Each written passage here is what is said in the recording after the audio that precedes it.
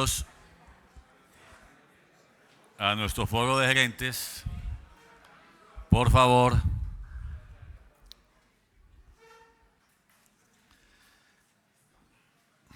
bueno, doctor Mauricio, bienvenido al foro de gerentes de la Cámara de Comercio, bienvenido por los gerentes de la ciudad de Armenia y al departamento del Quindío. ¿No se oye? Que no se oye atrás. Aló, aló, ahí sí. Muy bien, doctor Mauricio, bienvenido al departamento del Quindío, a la Cámara de Comercio, a este foro de gerentes.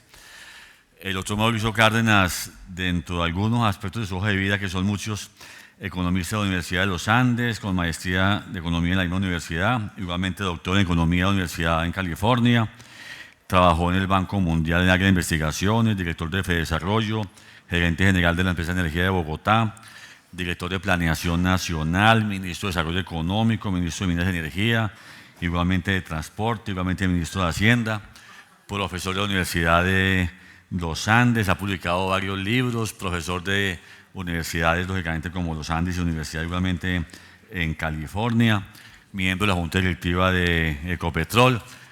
En general, doctor Mauricio, una hoja de vida que no la voy a leer más porque entonces se nos va el tiempo aquí de esta actividad.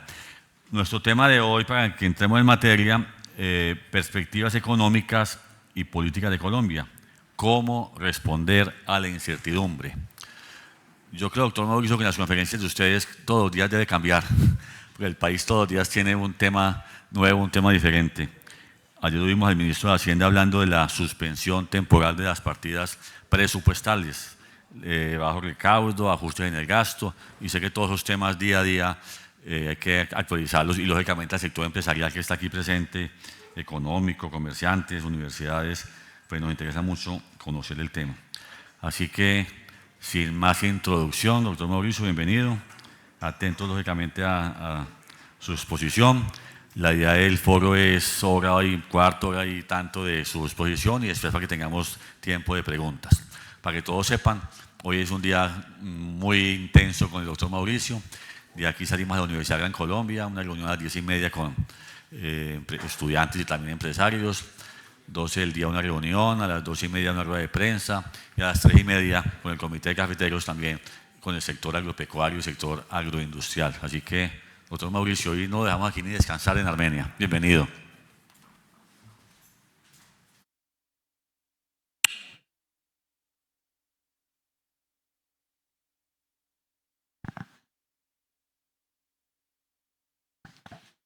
Bueno, muy buenos días. Qué gusto estar acá en Armenia. Me va a hacer un poco lejos. Quiero saludar muy especialmente y agradecer esta invitación a Rodrigo Estrada, presidente de la Cámara, a Ángela Londoño, miembro también de la Junta Directiva de la Cámara de Comercio, saludar a mis muy buenos amigos Óscar Jaramillo, Carlos Alberto Gómez, buen día, y Faber Buitrago. Gracias, Faber, porque ha sido un gran promotor de esta visita, de este día de trabajo hoy acá en Armenia. Vamos a estar esta mañana con ustedes, más tarde en la Universidad Gran Colombia, y después tendremos un encuentro con líderes del sector agropecuario. El país está convulsionado, están ocurriendo muchas cosas, y yo creo que todos estamos un poco desorientados, confundidos, por no decir contagiados de un ambiente muy negativo, muy pesimista, porque toda esa confusión pues genera incertidumbre, y la incertidumbre es muy paralizante. Entonces, lo que yo quiero hacer acá hoy con ustedes es tratar de entender qué es lo que está pasando, hacer como una especie de disección de todo este entorno tan complejo, aterrizarlo en escenarios que nos puedan servir para tomar decisiones, pero sobre todo convertir esto en una nueva energía, en algo que nos permita tener algo de optimismo, que nos permita salir adelante en estos próximos años. Aquí todo el mundo está hablando del 2026 y de que el 2026 se va a pasar esta página y se va a resolver todo. El 2026 todavía está lejos y ustedes tienen decisiones muy importantes que tomar de aquí a allá. Entonces uno no se puede quedar cruzado de brazos diciendo y pensando un poco con el deseo, todo se va a resolver en 2 años. No, tenemos que actuar ya y tenemos que tomar decisiones hoy. y tenemos que enfrentar esta incertidumbre en este momento. Entonces, el propósito de esta charla es pues tener un diálogo con ustedes, compartir unas ideas sobre lo que yo estoy pensando, cómo estoy viendo las cosas y sobre todo sobre lo que podemos hacer. Entonces, bienvenidos los comentarios, que tengamos un diálogo, tenemos hasta las 10 de la mañana, ojalá que muchos de ustedes se puedan quedar y que puedan participar en esta conversación. Voy a tratar de usar lo menos posible las diapositivas, por una razón. Algunos de ustedes, seguramente los que están más atrás, no alcanzan a ver bien esta pantalla, sí, aquí hay otra, pero no quisiera que se nos desvíe la atención excesivamente hacia las diapositivas.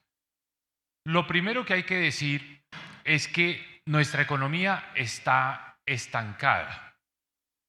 Eso es distinto a decir que estamos en recesión. Estancado quiere decir que no está creciendo y que no se vislumbra que vaya a crecer más en los próximos meses. Es peor estancamiento a recesión. ¿Por qué? Porque recesión es algo cíclico de lo cual sabemos cómo salir. Se le pega un empujón a la economía y la economía vuelve y despega. Mientras que un estancamiento es algo más complejo porque es más fundamental, es más estructural. Entonces hay que distinguir eso.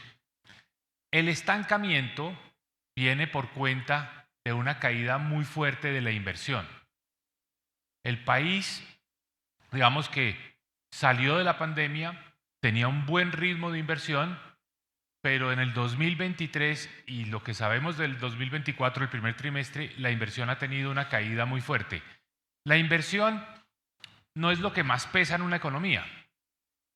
Debe ser más o menos una cuarta parte de lo que nosotros consumimos, de lo que compramos.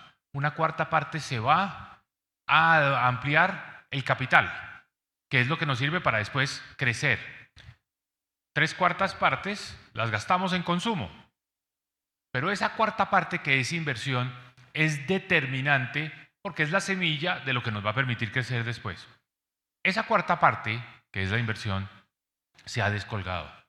Si hace 2 años era una cuarta parte del producto, hoy es apenas el 16%. O sea, es muy poco lo que estamos dedicando a invertir.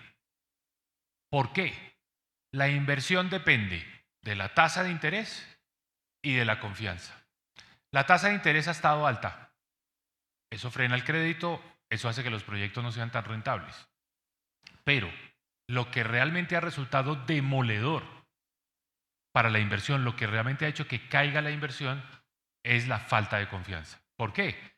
Porque el empresario, pues cuando va a tomar una decisión de construir una bodega, de ampliar una fábrica, de construir, de comprar maquinaria, o el hogar, cuando toma la decisión de comprar una vivienda, todo eso es inversión, todo eso es parte de ese rubro. Piensa, ¿voy a tener cómo pagar esto? Esta inversión se va a rentabilizar de una forma en la que lo que yo estoy sacrificando ahora o el crédito que estoy tomando sea rentable. Eso es lo que se pregunta cualquier empresario y cualquier hogar al tomar una decisión de inversión. Y cuando mira hacia adelante dice, pues es que yo no sé dónde va a estar este país en el 2025, en el 2026 y más adelante. Y eso es paralizante, eso frena las decisiones de inversión. La inversión tiene 3 grandes componentes: la vivienda, la infraestructura, las obras civiles y la maquinaria y equipo. Si nosotros antes de la pandemia invertíamos 100 en obras civiles, en infraestructura, hoy estamos invirtiendo 70. O sea, esa es la magnitud de la caída de la inversión en infraestructura. ¿Por qué? Porque se dejaron hacer los grandes proyectos de infraestructura. No se tomó la decisión de seguir adelante con el programa de las 4G y después la 5G, porque este gobierno tiene una visión bastante ideológica del asunto y considera que el sector privado no se debe lucrar de la construcción de carreteras. Se considera que eso es un contrasentido y cree más en el modelo de obra pública de que las carreteras deben venir financiadas por el gobierno. Por eso, una de las primeras decisiones que tomó este gobierno fue congelar los peajes, como diciendo, no les vamos a dar más recursos a los concesionarios. Y la verdad es que, como en tantas otras cosas en Colombia, nosotros habíamos logrado avanzar cuando hay una buena alianza un buen matrimonio entre lo privado y lo público. Por eso ese modelo de asociaciones público-privadas nos ha permitido avanzar en la salud, avanzar en las pensiones, avanzar en las carreteras, avanzar en la educación. Viene un gobierno que tiene una visión distinta, muy ideológica, muy de los años 60, de los años 70, de antes de la caída del muro de Berlín, que es el Estado debe ser el protagonista. Y si se habla de bienes públicos, esa es la responsabilidad del Estado. Los privados no deben ganar plata haciendo bienes públicos. Es un contrasentido que sean intermediarios en el sector de la salud, que cobren un peaje para hacer una carretera. Ese cambio de modelo, que por cierto es solo en Colombia, en ninguna otra parte se está dando esa discusión de volver a estatizar la economía, porque ya el mundo había avanzado y había encontrado que las alianzas público-privadas eran la solución. Esa visión nos está saliendo muy costosa. Para nosotros es un gran problema. Yo se los ilustro con el ejemplo que tenemos más a mano acá sobre las bondades de las alianzas público-privadas. Piensen ustedes la discusión que está teniendo lugar ahora sobre la renovación del contrato de autopistas del café. En su día y hora, cuando yo fui ministro de Transporte, estoy hablando de 1998, la administración de Andrés Pastrana, firmamos el contrato, negociamos con las comunidades, que en ese momento había gran oposición, especialmente en Chinchiná, por las dificultades que esto significaba en la introducción del concepto de los peajes. También hubo dificultades aquí en el departamento del Quindío, pero todo eso lo negociamos, construyendo, moviendo los peajes, las casetas, haciendo más vías de acceso a los municipios que están, digamos, aledaños a autopistas del café, y todo eso dio muy buenos resultados. Y estamos ya hoy en el punto donde esa concesión pues se va a renovar o está lista para ser renovada. Y qué bueno para el departamento del Quindío que la gran inversión adicional que se piensa hacer sea pues la doble calzada, hacer la segunda calzada de la vía desde Calarcá hasta La Paila. Qué bueno eso. Ahí ahora es una discusión más de detalle sobre pues dónde se deben generar los ingresos de los peajes y cómo se deben distribuir para que también haya obras en Risaralda y en el departamento de Caldas. Pero no me quiero extender en esto, simplemente para decir las bondades de las asociaciones público-privadas. El eje cafetero las ha podido ver desde hace muchos años, pero viene un gobierno que dice no creo mucho en ese modelo. Y las obras públicas pues son un muy buen complemento. Yo hace días no aterrizaba en el aeropuerto de Armenia. Yo les quiero decir, yo aterricé en el aeropuerto de Armenia, simplemente tengo esa memoria que nunca se me va a salir de la cabeza, el día del terremoto, en enero de 1999. Yo era ministro de Transporte, aterricé ese día, vine aquí, recorrí el centro de Armenia, hoy una ciudad, digamos, en pleno crecimiento. Ese día, para todos ustedes, los que estaban acá ese día, esto yo creo que marcó nuestras vidas porque fue realmente, yo personalmente creo que es la tragedia que he visto más de cerca y el dolor humano más de cerca. Pero veo hoy el aeropuerto y tan pronto me bajé del avión, llamé a un amigo y le dije, mire, el aeropuerto de Armenia, y sobre todo con las obras que terminamos de hacer durante el gobierno de Santos, quedó muy bien. Y me sentí feliz y llamé a Carlos García, que era el director del Invías, cuando venía por la doble calzada desde el aeropuerto hasta acá, porque esa doble calzada no existía. Había una doble calzada incipiente saliendo de Armenia, pero no llegaba hasta el aeropuerto. Esos fueron recursos de obra pública del Invías, con los cuales también hicimos en Montenegro un paso, un deprimido que ayudó muchísimo, que ha ayudado mucho con el tráfico y la congestión que se generaba a la entrada del Parque del Café. Lo que les quiero decir, la armonía entre lo público y lo privado es fundamental. Eso se está rompiendo y eso hace que haya caído severamente, drásticamente, la inversión en obras civiles en Colombia. Hoy es 70 y en el 2019 era 100. De la misma manera, ha caído la inversión en vivienda. ¿Y por qué ha caído la inversión en vivienda? Hay mucho inventario, hay mucho proyecto que no llegó a punto de equilibrio, hay mucho desistimiento y eso está pasando en todo el país. ¿Por qué?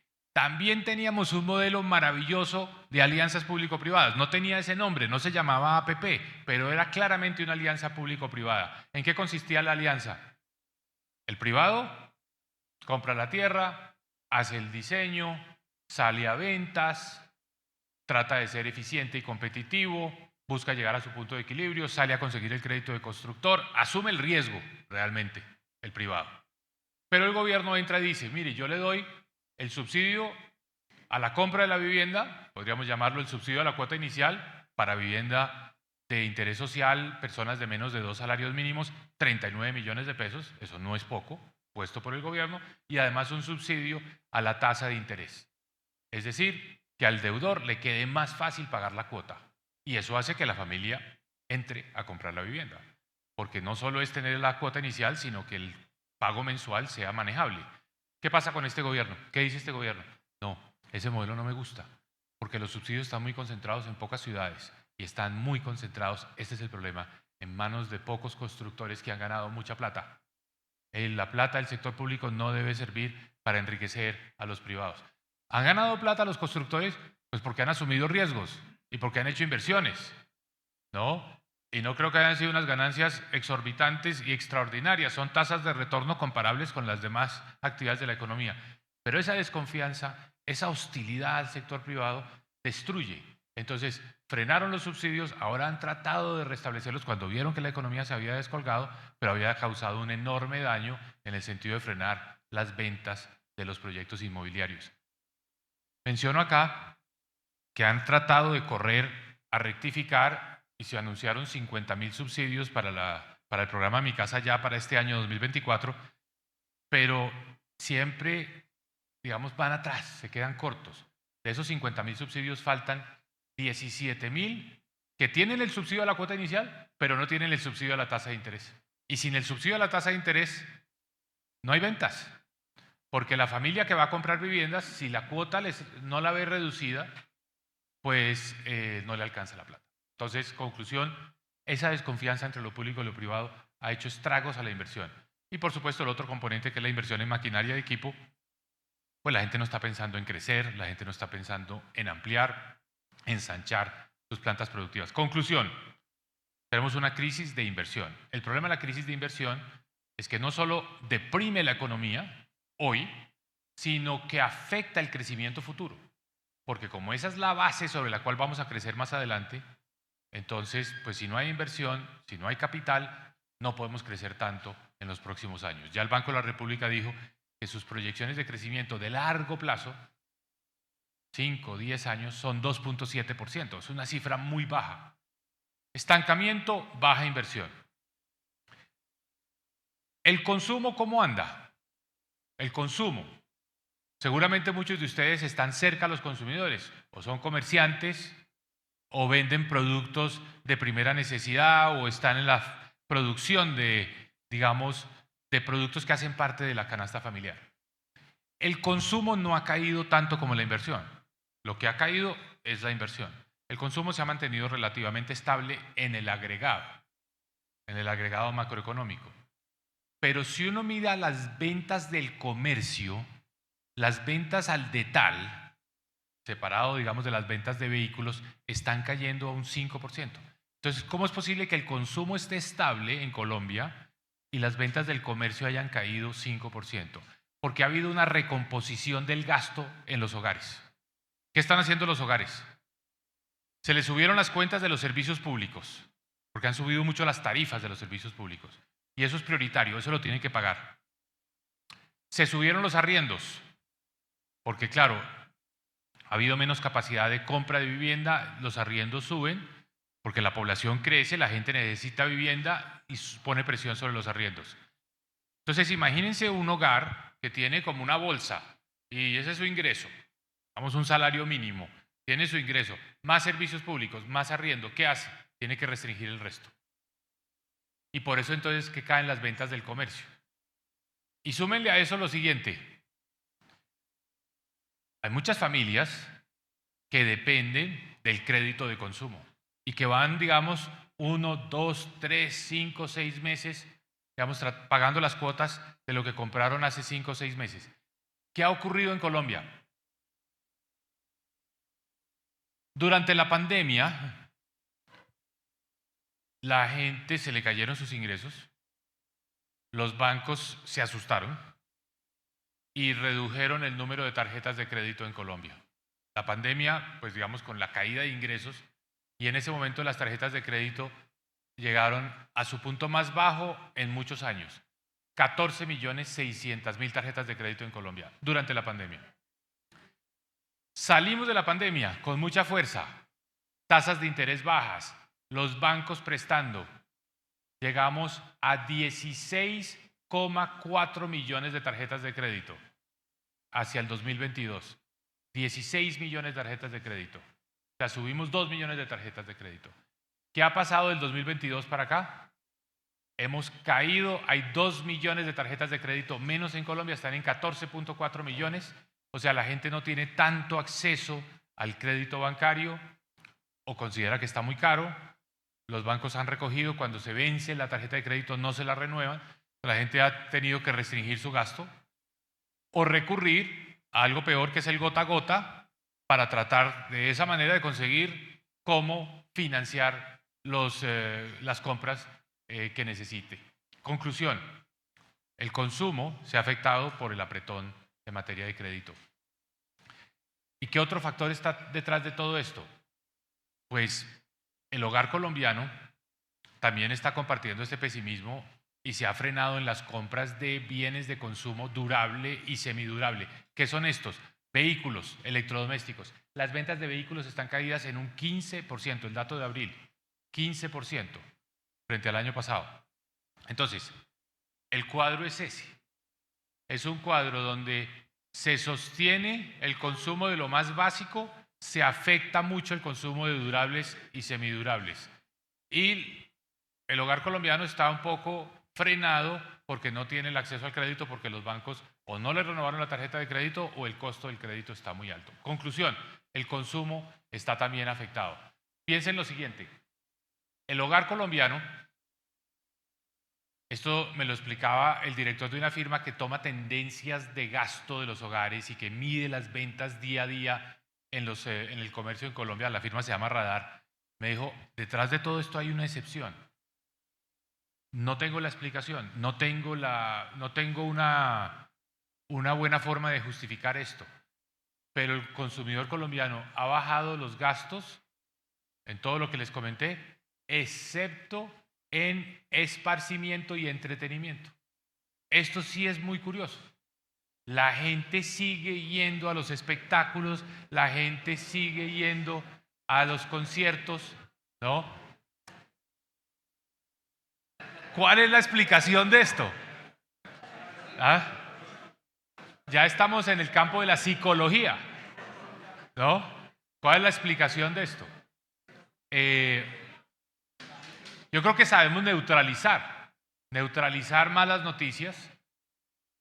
Yo plantearía la siguiente hipótesis, pero ustedes, los que estén más cerca de ese mundo y que tengan contacto directo con el consumidor, pues sabrán que yo creo que, por lo menos a mí me pasó, yo no sé si a ustedes, a mí me pasó. La pandemia nos cambió. La pandemia nos cambió y yo creo que salimos de la pandemia diciendo, bueno, hay que gozar un poquito más la vida. Hay que gozar un poquito más la vida, ¿no? Esto es muy efímero, esto es muy frágil, hay que gozarla un poquito más. Pues yo no es que sea el más viajero del mundo y a mi señora le cuesta mucho trabajo convencerme de que nos vayamos de vacaciones, pero eso cambió. Un poquito más de tomarse el fin de semana, irse el puente, pasear, salir. Bueno, esto del esparcimiento, entretenimiento, turismo, es una muy buena noticia para el Quindío, porque quiere decir que la gente pues está con más ganas de salir y de viajar y de recrearse, en fin, y eso es una realidad. Entonces, en ese sentido, ahí hay una ventaja que aprovechar. Este fin de semana es puente. Yo les puedo decir, yo venía en el vuelo a las 6 de la mañana de Bogotá, venía lleno, y mirando la gente que se montó al avión, yo era el único que no traía maleta, yo era el único que venía solo por el día, y decía, oye, qué bobo, yo he venido a pasar el puente aquí al eje cafetero. Eso es lo que estaba haciendo la gran mayoría de gente que estaba en el vuelo. Entonces, esas son las tendencias. Quiero, antes de llegar a esto de la pesadumbre, del pesimismo, de la negatividad y de qué hacer frente a eso, quiero decirles que el otro día me llamó Julio Sánchez de la W y me hizo una pregunta directa. Esto fue el martes de esta semana. Y me dijo, doctor Cárdenas, pero este estancamiento, esta situación económica que no se ve bien en Colombia, ¿es un problema global? ¿Es algo que está pasando en todas partes? ¿O es algo local, es algo nuestro? Y mi respuesta fue, es 100% local, es 100% nuestro. Aquí cuando nos ha ido mal en la economía, sabemos muy bien cuál es la causa. Que se descolgó el precio del café en su día y hora, que se cayó el precio del petróleo en los últimos años, que hay una crisis financiera global, claro, todo eso nos pega acá y eso hacía que nuestra economía se resintiera. Ahora no está pasando nada de eso. No hay una situación económica global que entonces uno pueda decir, es que Colombia está mal, es por cuenta de eso. No, esta es una crisis autoinfligida, es nuestra. Por el contrario, las condiciones externas dirían, hay unas buenas oportunidades que aprovechar. Y aquí les quiero mostrar mi primera diapositiva. El mundo está lleno de problemas. O sea, si ustedes miran los canales internacionales, si miran la prensa internacional, de lo único que se habla es de problemas. Hay muchas crisis. Por cierto, se sobreimponen unas sobre otras.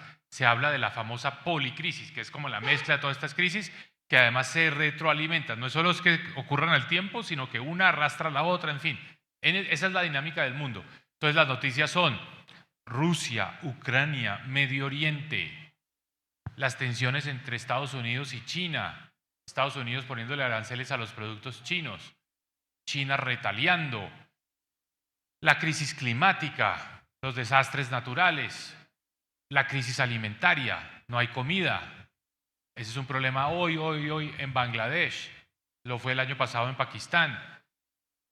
La crisis asociada o las amenazas asociadas a la inteligencia artificial. La gente está angustiada y preocupada de que se va a quedar sin trabajo, porque entonces la inteligencia artificial los va a reemplazar. Bueno, ese es el mundo de hoy. Sin embargo, si ustedes miran esa lista de problemas, ustedes dicen, oiga, como que por primera vez las crisis globales no fueron hechas en América Latina. Porque antes se hablaba de las crisis y era que la causa era que América Latina no había pagado la deuda o que América Latina estaba en guerras internas, en fin.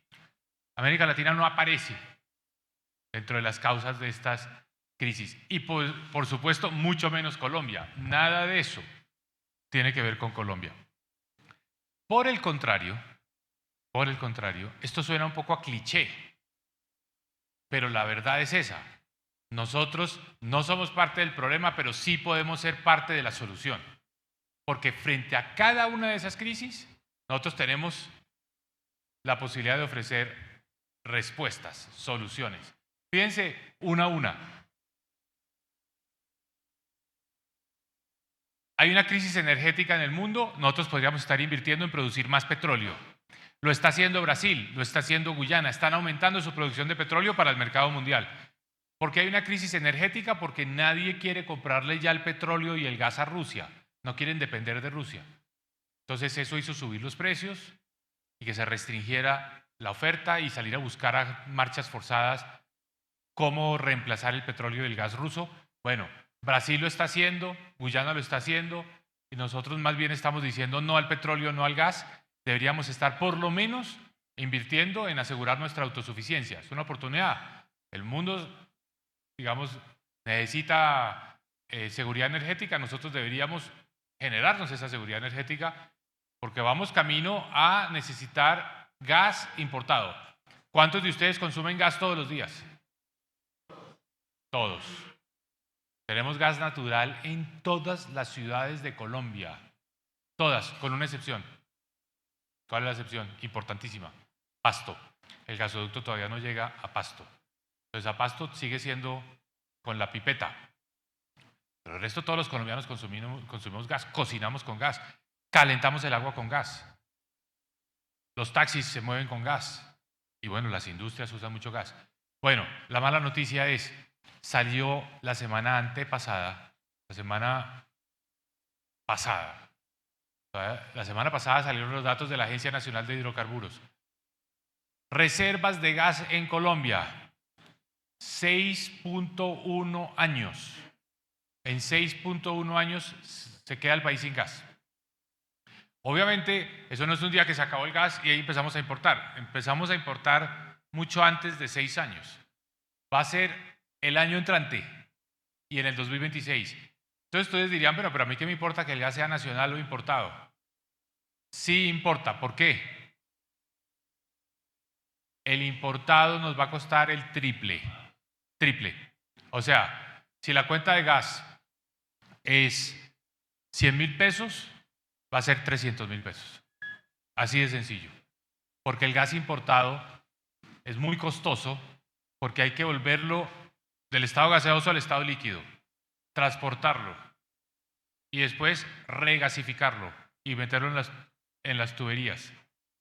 Y ese mercado del gas natural licuado, el GNL, es un mercado donde Europa está presionando mucho, comprando mucho y subieron los precios. Entonces, se nos triplican las cuentas del gas. Entonces, deberíamos estar invirtiendo ante todo en garantizar nuestra autosuficiencia. Crisis climática. El mundo habla todo el día del problema del cambio climático. Problema real. Mi charla ahora en la Universidad Gran Colombia va a ser sobre este tema. Pero nosotros no somos la causa del problema, no somos los emisores de gases de efecto invernadero. Tenemos unas emisiones muy pequeñas en proporción a las emisiones globales, pero sí podemos ser parte de la solución. ¿Cómo podemos resolver este problema para la humanidad? Tenemos la mejor tecnología, la más vieja también, por cierto, para capturar gases de efecto invernadero y particularmente para capturar CO2. Esa tecnología se llama la fotosíntesis, que es la vegetación capturando el CO2, lo que nos enseñaron en los libros del colegio, capturando el CO2, almacenándolo. Lo que pasa es que esa tecnología ha tenido dos problemas. Uno, que la hemos ido destruyendo porque vamos deforestando. Y dos, que no la podemos monetizar, no nos pagan por eso. El mundo está pagando hoy impuestos al carbono. El mundo paga un precio por cada tonelada de CO2. En Europa ese precio es hasta de 100 euros por tonelada de CO2. Y nosotros podemos capturarlo, pero hasta ahora lo hemos venido haciendo gratis. Llegará el día que podamos desarrollar un mercado de créditos de carbono que nos paguen por eso.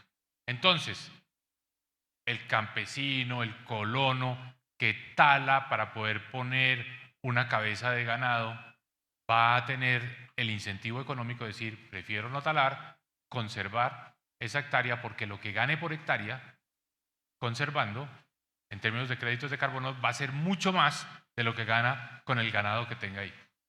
Pero todavía no hemos hecho ese quiebre, todavía no hemos hecho ese punto, no hemos llegado allá, porque no hemos podido conectar el mercado global de créditos de carbono, que está empezando, con el ingreso del agricultor, del campesino, del colono. No hemos podido que le llegue allá. Yo tengo una idea acá, es una idea loca, es una idea absolutamente loca. Hace 100 años teníamos un problema parecido. Había un mercado global, todavía no le podíamos llegar al campesino, al colono, el agricultor con esos beneficios. El campesino, el colono, el agricultor era muy pequeño para invertir en la infraestructura necesaria para mejorar su actividad. No tenía cómo invertir en la educación, en la salud, en las vías. El campesino, el colono, le vendía su producto al primero que pasara por ahí, a un arriero que llevara su producto. Y hace 100 años nos inventamos una figura para colaborar, para cooperar, para poder vender ese producto al mejor precio en el mercado internacional, para sacar de ahí una parte para mejorar la infraestructura, la educación, la salud, para llevar la mejor tecnología al agricultor. Ese modelo, que fue el origen de la Federación Nacional de Cafeteros y que nos permitió valorizar nuestro café, mejorar nuestra calidad, hacer infraestructura, ese modelo nos debe servir para pensar en el desarrollo del mercado de los créditos de carbono. No quiero decir que lo vaya a hacer la Federación Nacional de Cafeteros de Colombia, lo debe hacer otra organización, pero tiene que ser de base, tiene que ser gremial, tiene que ser con los productores. No están acá en el eje cafetero, están probablemente en el Caquetá, en el Putumayo, en otras regiones del país, sin perjuicio de que haya por toda Colombia, pero el grueso va a estar en esas regiones. Pero esa figura de cooperación, colaboración, federación es fundamental para poder aprovechar y maximizar estas oportunidades que nos ofrecen los créditos de carbono. No sé si les suena la idea, pero tiene mucha similitud y muchas analogías con lo que pasó hace 100 años cuando el país tomó esa decisión de crear un mecanismo de cooperación para coordinar una cantidad de actores pequeños individualmente, pero que sumados podían lograr muchas cosas en beneficio de sus hogares, de sus ingresos y de sus propias actividades económicas. Conclusión, tenemos cómo ofrecer una parte muy importante de la solución al problema de cambio climático. Tenemos la posibilidad de producir energías limpias de bajo costo, solar, eólica, sabemos el caso de La Guajira en particular. Podemos producir más alimentos, el mundo tiene la crisis alimentaria, tenemos la tierra, tenemos el suelo, tenemos el agua. Tenemos un país que no le genera pleitos a nadie, que no genera guerras, que nunca hemos sido una amenaza para nadie. Todo el mundo quiere comerciar con nosotros. Tenemos un tratado de libre comercio con los Estados Unidos. Ahora que está de moda este concepto que se usa tanto de que la producción se tiene que localizar cerca a los Estados Unidos no quiere depender de unas cadenas de valor muy distantes, muy remotas, que se pueden interrumpir por cuenta, por ejemplo, de fenómenos como el COVID-19, y mucho menos quiere depender de potencias que le están pisando los talones y que están rivalizando como la China. Estados Unidos no quiere eso. Estados Unidos está diciendo, tráiganse la producción para acá, para Estados Unidos. Y si no se puede en Estados Unidos, lo más cerca. Eso se llama reshoring, nearshoring. Y ahora, después de la invasión de Rusia a Ucrania, ya pasó de nearshoring, de estar cerca de los Estados Unidos, a friendshoring, es decir, que sea amigo de los Estados Unidos. Quieren que la producción esté en un país amigo. ¿Qué quiere decir amigo? Que tenga un tratado de libre comercio con los Estados Unidos. ¿Quién tiene un tratado de libre comercio con los Estados Unidos? Nosotros. Entonces nosotros somos un ejemplo perfecto para que en el ambiente de tanta guerra y tanta tensión geopolítica, la producción se ubique acá, porque somos un país confiable, predecible. No le vamos a generar ninguna amenaza a nuestros socios comerciales. Somos el ejemplo perfecto, podríamos ser el ejemplo perfecto del friendshoring, algo que está aprovechando magníficamente México. Y en el caso de la inteligencia artificial, que hay tanta amenaza y que la gente está tan preocupada que nos vamos a quedar sin trabajo, yo les hago la siguiente pregunta. ¿Cuál trabajo queda más en riesgo con la inteligencia artificial? ¿El del doctor o el del enfermero? El del doctor está mucho más en riesgo, ¿no? Porque el diagnóstico se puede hacer con inteligencia artificial. Los exámenes pasan a la inteligencia y la posibilidad de error se ha reducido. Y la cirugía, ¿no? Entonces, el enfermero no, porque el enfermero o la enfermera es un trabajo de contacto humano. Tú no lo puedes reemplazar la inteligencia artificial, ¿no? Entonces, nosotros no estamos en tanto riesgo, porque en la escala de calificaciones en el mundo nosotros estamos mucho más cerca del enfermero o enfermera que del doctor. Nuestro nivel de calificación es más bajo, son actividades más básicas. Entonces no tenemos tanto riesgo, no debemos estar tan asustados. Por el contrario, la inteligencia artificial puede convertirse en un gran aliado para resolver problemas que no hemos podido manejar. La corrupción. Imagínense ustedes la inteligencia artificial diciendo, yo quiero saber si ese señor Mauricio Cárdenas tiene cuentas bancarias en el exterior, si ha hecho trabajos para los contratistas del Estado, y todo eso se va a saber, ¿no? Qué bueno que pudiéramos poner a nuestros directivos de la Unidad Nacional de Gestión de Riesgos bajo la lupa de la inteligencia artificial, ¿o no? ¿Ah? ¿De verdad? ¿no?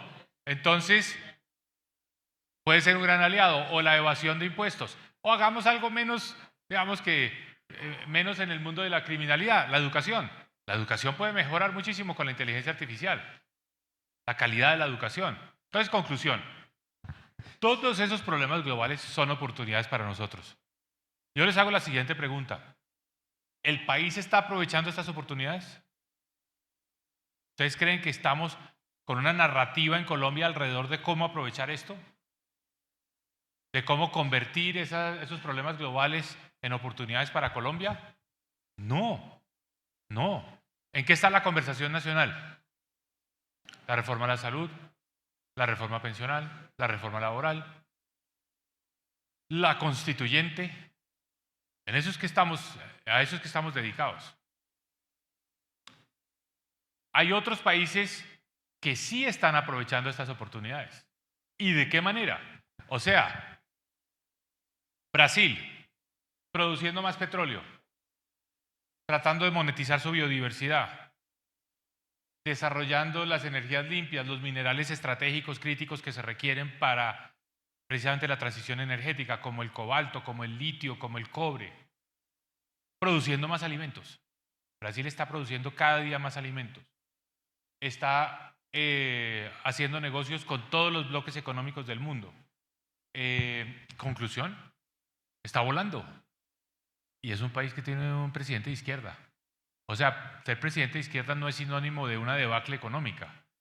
El problema es ser de izquierda y buscar hostigar al sector privado, acorralar al sector privado, ver al sector privado como el enemigo. Ese es el problema, no es la ideología. Ese es el problema. Y otro problema es, un presidente como Lula da Silva es pragmático. Dice, bueno, el sector privado contribuye, ayuda a resolver problemas, sea hacer carreteras, sea hacer servicios de intermediación financiera, lo que sea. Déjelo que haga su trabajo. ¿Qué caracteriza a estos líderes de izquierda, honestamente? Los que dejan trabajar al sector privado. Están en una dinámica de coger la plata del presupuesto y volverla a transferencias monetarias, subsidio en el bolsillo de la gente. Ese es el modelo de izquierda, entendido por Lula, entendido por López Obrador.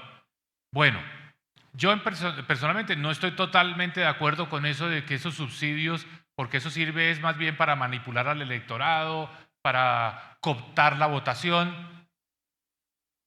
Pero preferiría mil veces estar en un país donde el debate es alrededor de cuál es el monto óptimo de esos subsidios y estar del lado de rivalizar con López Obrador y con Lula diciendo usted está gastando demasiada plata en esos subsidios, debería estarla gastando en hacer más escuelas. Me parece un debate político interesante, no la discusión de que es que usted está tratando, como en Colombia, de devolver el reloj 30 o 40 años para sacar al sector privado de una cantidad de actividades donde ya está y donde está haciendo bien las cosas.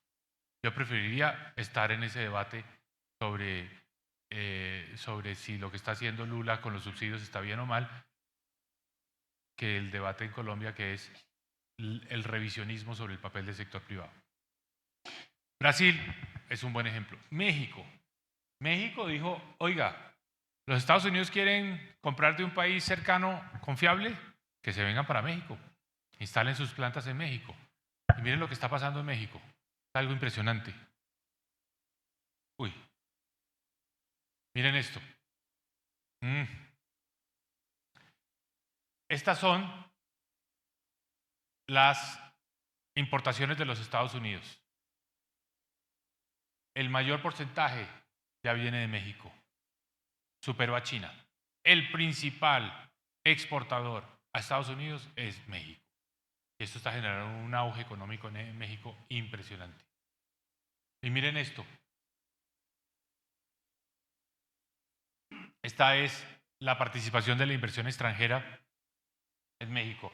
El grueso es este color naranja, que es la inversión extranjera en el sector manufacturero. Entonces están produciendo los carros, están produciendo los electrodomésticos que necesitan los Estados Unidos, están produciendo los computadores que necesitan los Estados Unidos, o por lo menos los ensamblan en México.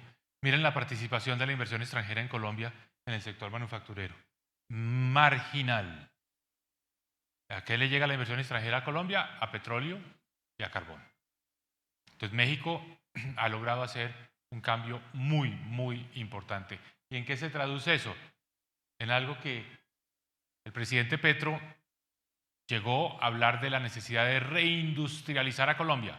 Es un buen objetivo, que el sector manufacturero en Colombia tenga más peso. ¿Por qué es bueno el sector manufacturero? Porque tiene muchos encadenamientos, porque arrastra mucho toda una economía, porque es insertarnos en cadenas globales de valor. Esta es la participación de la industria manufacturera en el PIB en Colombia. Una tendencia clarísima a la baja. No ha habido reindustrialización y no la va a haber porque en este gobierno no hay una política de reindustrialización, porque estamos en lo de la constituyente, en lo de la reforma a la salud, en fin, no estamos en un gobierno que está hablando de la política industrial que se requiere. Y miren México, ha habido una reindustrialización, la tendencia es al alza. La participación de la industria en México es más o menos el doble de la participación en Colombia. Esto es bien interesante. O sea, con pragmatismo, con realismo, aprovechando las oportunidades del friendshoring, México lo está haciendo. La producción se está relocalizando allá. ¿Qué tenemos que hacer en Colombia? Tenemos que hacer un ejercicio. Las cámaras de comercio van a ser muy importantes. Tenemos que hacer el ejercicio de ¿qué podemos exportar a los Estados Unidos donde seamos competitivos y que reemplace lo que hoy Estados Unidos está comprando de países con los que no quiere seguir aumentando su comercio? Por ejemplo, la China. Entonces, no se trata solo de bienes manufacturados, también puede ser servicios. Esto es lo que necesitamos hacer, esta conversación. Bueno, voy a hablar de un tema también importante y sobre todo importante acá en el eje cafetero. Estamos viviendo un boom de remesas. Las remesas están más o menos en 900 millones de dólares al mes.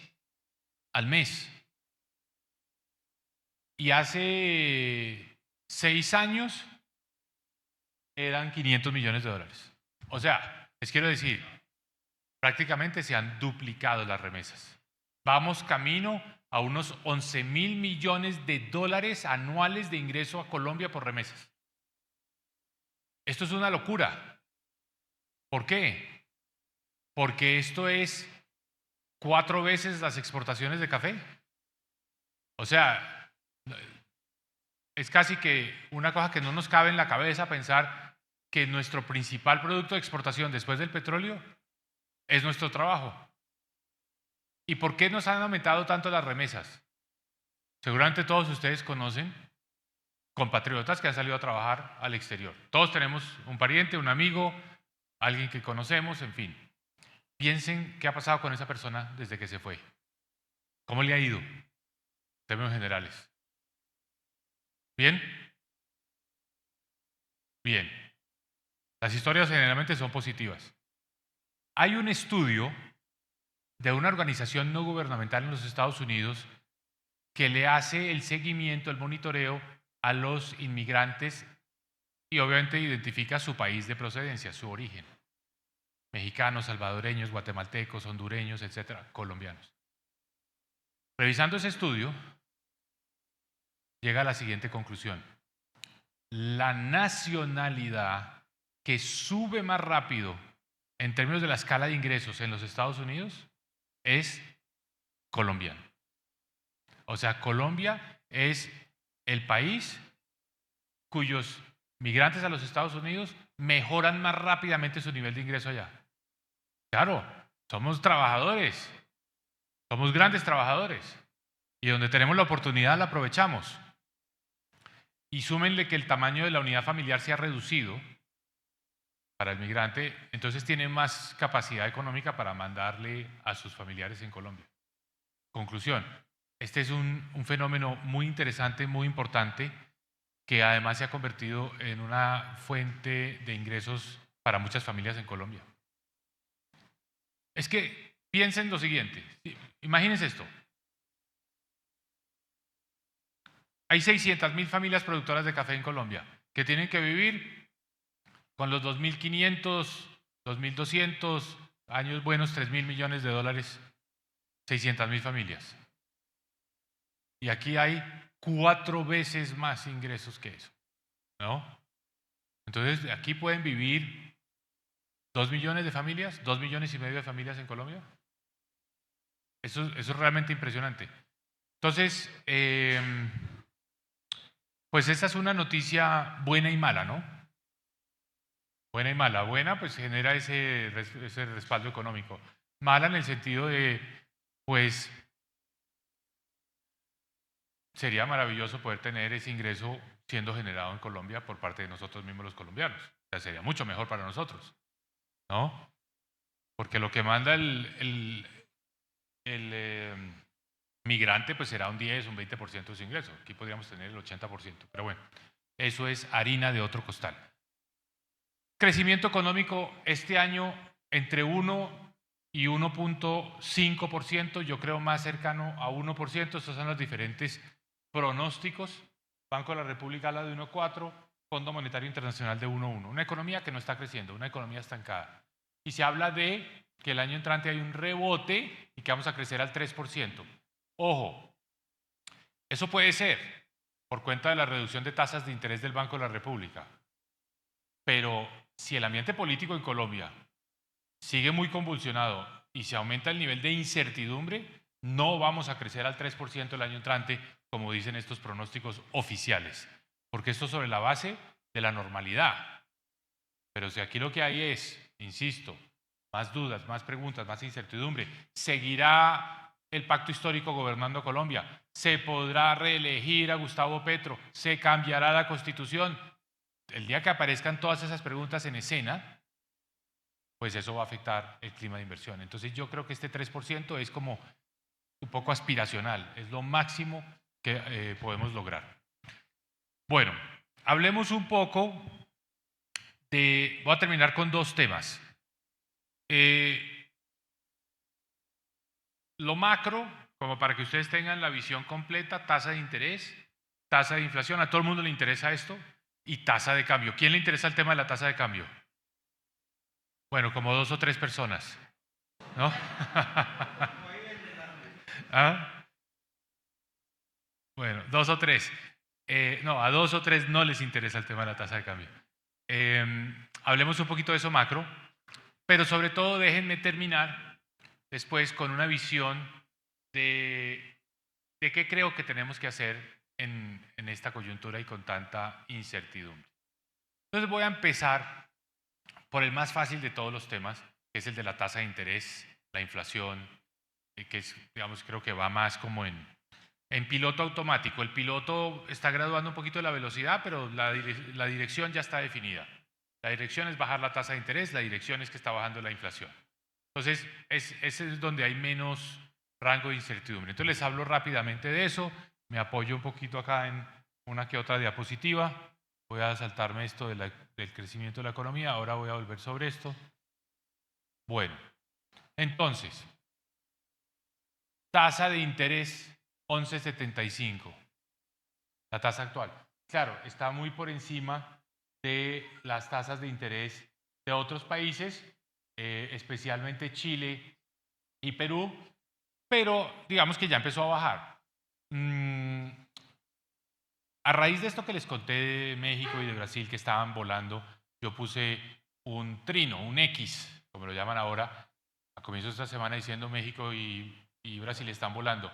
Me contestó el presidente Petro y me dijo, sí, están volando, pero es que allá las tasas de interés son mucho más bajas que las colombianas, como diciendo la culpa la tiene el Banco de la República. ¿No? Esa fue la respuesta de Gustavo Petro, lo pueden ver ustedes ahí en X. Y yo le dije, no, no es tan cierto.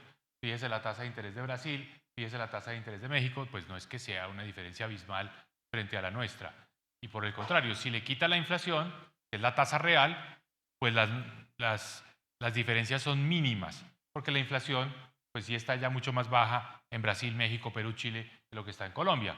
Entonces, evidentemente el problema no es la tasa de interés, no es por eso que la economía está estancada, y no es por eso que Brasil y México están mucho mejor, no es un problema del costo del crédito, es un problema de la confianza, es un problema del estilo de gobierno. Pero digamos que con esta tendencia a la baja de la inflación, ya es muy predecible que el Banco de la República siga bajando la tasa de interés. Mi pronóstico es que al final de este año va a estar en 9%, o sea, de 11,75 la baja 9%. Y eso hace que baje el costo del crédito también en esos mismos casi 3 puntos porcentuales, 2,75 puntos porcentuales. Creo que eso es lo que va a ocurrir. La inflación este año termina en 5%, ese es el pronóstico. Todavía por encima de la meta del 3%. Al final del año entrante ya estaría cerca del 3%. O sea, más o menos problema resuelto. Ya vamos en la dirección correcta. Baja la inflación, baja la tasa de interés. Este año, al final, tasa de interés del 9%. Entonces, el crédito, sobre todo lo que llamamos en Colombia el crédito comercial, que es el crédito a las empresas, generalmente está atado a las tasas de captación, ese baja rápidamente de la mano de la bajada de la tasa de interés del Banco de la República. El crédito de consumo baja menos la tasa y el crédito hipotecario pues no baja, queda tasa fija. Entonces, pero el crédito comercial sí esperemos que baje la tasa de interés, baje un 2,75 de aquí a final de este año. Insisto, porque las tasas que ustedes conocen de los bancos en los créditos comerciales, los créditos corporativos, están siempre atadas al DTF, al IBERE, a las tasas de captación. Entonces, automáticamente se ajustan. Bueno, ¿qué está pasando con el crédito? Hay un serio problema con la calidad del crédito. Miren el porcentaje de la cartera vencida que tienen los bancos en el caso de los créditos de consumo. Por eso es que se restringieron las tarjetas de crédito. Porque la gente no está pagando. Y la gente no está pagando por varias razones. Una, pues porque no tienen la capacidad económica, pero otra es que, yo no sé si ustedes son conscientes que aquí salió una ley que dice que los bancos no pueden llamar más de una vez a la semana al cliente que esté en mora. O sea, si a ustedes lo llamaron el martes, contestó alguien en la casa, dijo, no, la señora no está, ya no pueden volver a llamar, sino 8 días después. ¿No? O sea, como quien dice, perdieron el turno. Y eso hace que se recupere, se restrinja la recuperación del crédito. Y otra razón, entraron en escena unas mafias que montaron el siguiente negocio. Le llegan a la gente, le dicen, ¿usted cuánto debe? No, yo debo 5 millones de pesos en mi tarjeta de crédito. Ah, bueno, no pague las siguientes 3 cuotas, 3 meses. A los 3 meses lo va a llamar el banco, no le pase al banco. Cuando lo llama el banco, nosotros recibimos la llamada. Negocian con el banco para que el banco le baje, digamos, la deuda de 5 millones a 4 millones. Y esa organización criminal, pues delito, le dice al deudor, usted me paga a mí 500,000 pesos. Del alivio que recibió, comparta conmigo. O sea, eso está ocurriendo, eso está deteriorando mucho la calidad de la cartera. ¿Y qué hace un banco? Dice, no, yo no me quiero meter en ese mercado, porque llevo todas las de perder. No puedo llamar al cliente, no le puedo, me están montando estas estructuras criminales y peor aún, esto sí es lo peor, la gente le están diciendo, viene una nueva ley de perdón y olvido, una nueva ley de alivio, ¿no? Donde la gente la sacan del data crédito por cuenta de que entonces ya pagó y se borra la historia. Entonces eso hace que el crédito no funcione y creo que es una pésima decisión como sociedad porque nos está llevando entonces a que la gente que está desesperada por tener crédito se tenga que ir al gota a gota. Muy bien. Tasa de cambio. Voy a hablar de la tasa de cambio en un momento. Voy a volver allá. La tasa de cambio depende de muchas cosas. ¿Me devuelves una? No sé por qué no está devolviendo. Depende de muchas cosas. Esto está raro que no se ven los valores. Pero bueno, el eje está bien, entonces ustedes lo pueden leer con el eje. La tasa de cambio depende de todo. De las remesas. Pues si entran más remesas, más barato el dólar. Del narcotráfico, si hay más cultivos ilícitos, si hay más exportaciones de cocaína, baja el dólar. Del precio del petróleo, si sube el precio del petróleo, baja el dólar. Todo eso parece estar ocurriendo. en estos últimos meses o semanas. Y por eso el dólar está barato, está a 3.900 pesos, ¿no?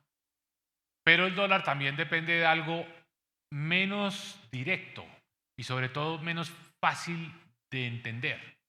Depende de algo que es, digamos, que está menos en nuestra, digamos, en nuestra forma de ver este asunto.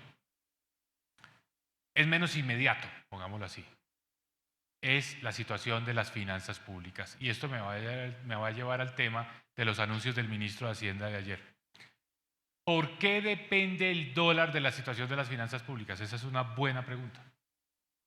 Porque cuando un país como Colombia tiene un déficit, o sea, que no le alcanza la plata, que gasta más de lo que recibe en ingresos, tiene que financiar ese déficit. Y una parte importante de ese financiamiento viene del exterior. Dólares que llegan a Colombia para financiar ese déficit fiscal. El 27% de los TES, los títulos de deuda pública, que están en circulación en Colombia, los tienen extranjeros. Han traído dólares para comprar papeles.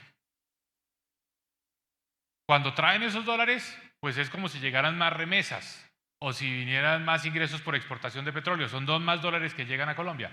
Pero si esos dólares se llegan a ir, pues le ponen presión al dólar para subir, porque entonces pues, va a haber más demanda de dólares. Entonces, ese financiamiento del déficit fiscal es fundamental porque son cifras muy grandes para determinar qué va a pasar con el dólar. ¿Qué está ocurriendo ahora? Este es el gasto del gobierno nacional como porcentaje del PIB. Aquí desafortunadamente se descuadraron estos numeritos, pero lo que yo les quiero decir es, gobierno nacional, el gasto muy estable, cerca del 19% del PIB durante muchos años hasta que llegó la pandemia. O sea, ni teníamos un estado derrochón, ni gastón, ni excesivamente grande. Todo eso es cuento, todo eso es parte de la política, de los debates ideológicos, de tratar de desprestigiar a un gobierno versus otro. No es cierto. El gasto del gobierno nacional en Colombia se mantuvo muy estable hasta el año en el que empezó la pandemia, hasta el 2020. Un gobierno relativamente razonable, tamaño moderado, nada exagerado. Viene la pandemia, se sube el gasto a más o menos 23% del PIB. Claro, una situación de emergencia, era necesario. Empieza el plan de vuelo de corrección, todo el mundo entendió esto como algo temporal, como un gasto que era para enfrentar una emergencia, se empieza a corregir y llega el 2023 y el 2024 y el gasto más bien en vez de seguir bajando sube. Nunca antes en la historia de Colombia había habido un gobierno con un gasto tan alto, 24.4% del PIB este año. O sea, nunca antes había habido un presidente con tanta capacidad de gasto como tiene Gustavo Petro. Nunca antes. La diferencia entre 19% del PIB y 24% del PIB son 5 puntos del PIB. 5 puntos del PIB son 60 billones de pesos. O sea, comparado a lo que me tocó a mí como ministro de Hacienda, este ministro de Hacienda tiene 60 billones de pesos más en que gastar. 60 billones de pesos más. ¿No? Eso es 15.000 millones de dólares. Eso es mucha plata. Mucha plata. Entonces, el problema es que si la plata existiera, pues uno puede entrar en la discusión de si es bueno tener un gobierno más grande o no. Esa es otra discusión ideológica, interesante ese debate. Yo ahí entraría un poco en la discusión diciendo, no tanto Estado, no tan grande. Déjele más juego al sector privado, baje los impuestos. Pero el problema no es ese, el problema no es ideológico sobre el tamaño óptimo del Estado. El problema es que no hay la plata, porque no se está recaudando para sostener este nivel de gasto. Entonces hay un déficit que está aumentando, que es lo que les quiero mostrar. Entonces, ahora sí me voy a la cifra de déficit. Perdón, me salto todo esto, ahorita vuelvo. Entonces, este es el déficit del gobierno nacional. Veníamos una cosa más o menos razonable, 3-4% del PIB, aumenta el déficit, se reduce al 2023, pero ahora vuelve a aumentar. Entonces, es muy posible que el déficit fiscal de aquí en adelante, en lo que le resta a la administración Petro, se vaya por una línea como la línea punteada roja, más déficit fiscal. Entonces, desde hace 15 días, cuando se empezó a ver esta fisura entre la DIAN y el Ministerio de Hacienda, que es absurda, porque son dos dependencias de la misma entidad, o sea, esto no es como que son dos instituciones completamente aparte que nunca se hablan, son simplemente dos pisos del mismo edificio, es el equipo, pero empezó a haber este peloteo de quién era la culpa de que los ingresos estaban cayendo, de si el del Ministerio de Hacienda o de la DIAN. Se empezó a ver eso. Yo desde ese momento dije, miren, no se tiren la pelota entre la DIAN y el Ministerio de Hacienda. Eso es un mal espectáculo, eso es un mal deporte. Más bien digan, oiga, se bajó el recaudo, por las razones que sean. Yo creo que en el fondo es que se cayó la economía y la gente no está pagando impuestos porque no hay utilidades. Y más bien, en vez de ese peloteo, digan, hay que recortar el gasto, porque si no se les descuadran las cuentas. Hay que recortar el gasto. Afortunadamente anoche el ministro de Hacienda ya da una señal de que va para allá. Todavía no es en firme. Lo que anunció ayer es a las entidades que vengan a pedir aquí al Ministerio de Hacienda CDPs, es decir, certificados de disponibilidad presupuestal, no se les van a expedir. Como quien dice, Ministerio de Agricultura, ¿usted tiene su presupuesto? No había venido al Ministerio de Hacienda que le expidiéramos el certificado de que ese presupuesto existía y estaba disponible. Mala suerte, porque ya de aquí para adelante se los vamos a congelar. Pero eso obviamente no aguanta mucho tiempo, porque los ministros van a empezar a presionar a Hacienda. La única manera de que esa partida presupuestal desaparezca es yendo al Consejo de Ministros y sacando un decreto que se llama el decreto de recorte del presupuesto. Obviamente se requiere el aval del presidente, que si no, no hay decreto. Y si no, el Consejo de Ministros se vuelve una guerra, ¿no? Pero yo creo que el presidente todavía no les ha dicho que sí al recorte, porque el presidente, pues muchas veces sabemos, está actuando más como candidato que como gobernante. Y como candidato está mirando que el gasto público es lo que le va a ayudar a subir en las encuestas. Entonces, veo difícil que el presidente apruebe el recorte. Por ahora el ministro de Hacienda dijo, no se expiden los certificados, pero la presión de los ministros lo lleva a levantar esa restricción si no es que hay un acuerdo y una decisión del presidente que queda consignada en un decreto. Pero ¿por qué todo esto afecta al dólar? Porque estos inversionistas que vinieron a comprar papeles colombianos, que trajeron 30.000 millones de dólares a Colombia, o sea, 3 veces lo de las remesas de un año, 30.000 millones de dólares lo que invirtieron en TES, estaban confiando en que las finanzas públicas colombianas pues vuelven para este camino. Estabilidad, seriedad, responsabilidad, lo que ha sido tradicional en Colombia.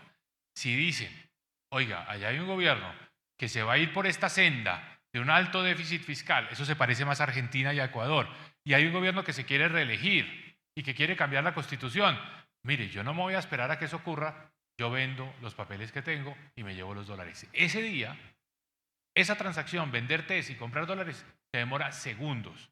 Es darle la orden a un comisionista de bolsa a decir, véndame los TES, cómpreme dólares, mándeme la plata a tal cuenta en Estados Unidos. Segundos. Ese día el dólar sube. Entonces, lo que está pasando con las finanzas públicas, lo que vieron los noticieros ayer con la decisión del ministro de Hacienda, es la opción entre si vamos por acá o si vamos por acá. Lo del ministro de Hacienda apunta para acá. Tranquilidad, y el dólar sigue a 3.900 pesos. Pero si aquí no hay ajuste fiscal y los inversionistas dicen, Colombia se va a desordenar y además hay un presidente que se quiere quedar, ese día pueden sacar plata de Colombia y ese día el dólar puede subir. ¿A cuánto va a subir? ¿A cuánto puede subir? Es muy difícil decirlo. Nadie sabe. Ya el dólar estuvo en momentos de malas decisiones y de mucha incertidumbre, estuvo a 5.000. Muy difícil decir que va a llegar a 5.000. Pero lo que sí les puedo decir es que no va a seguir bajando.